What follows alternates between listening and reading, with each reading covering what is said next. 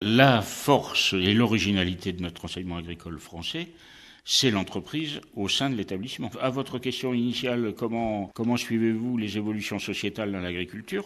On les suit parce qu'on a cette exploitation. Et cette exploitation, elle a un rôle pédagogique, bien évidemment, mais elle a aussi un rôle énorme pour le territoire. Nous, quand on a démarré sur l'agroécologie, on a fait assez vite. Le territoire regardait ce qu'on était en train de faire. Et je suis convaincu qu'au-delà de la pédagogie, on a tiré l'ensemble du territoire, pas seul bien sûr, mais on a tiré ce territoire vers l'agroécologie. On a un enseignement original parce que nous, on gère du concret. Et nos équipes gèrent du concret. Quand vous faites 200 000 euros de déficit sur une exploitation une année, c'est l'ensemble de la maison qui se mobilise pour dire comment on fait. Et là, on a des questions réelles. On n'est pas en train de développer une politique, qu'elle soit de l'État, du Conseil régional. On le fait, bien sûr, c'est notre job. Mais on le fait les mains dans la terre. Et on le fait lié à l'entreprise. Et nos jeunes et nos personnels ne sont pas les mêmes parce qu'on a ça que quand on n'a pas ça. Moi, j'ai fait aussi de l'éducation nationale. On est moins hors sol dans l'agriculture. Nous, les erreurs de gestion, on les prend plein pot sur nos comptes de fin d'année. Et le deal avec la puissance publique, c'est quand même que la puissance publique, les conseils régionaux prennent en charge des investissements et après, on se débrouille. Et c'est très bien.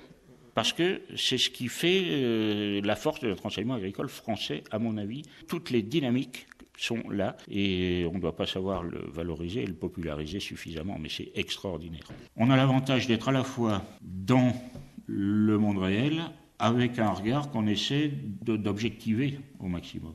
Dans les enseignements, l'enseignement agricole a des modules sur lesquels la décision des programmes appartient à l'établissement. Donc on arrive à colorer notre enseignement et on rentre à ce moment-là les évolutions de la société. On a aussi valeur d'exemple que sur le pilotage de nos exploitations.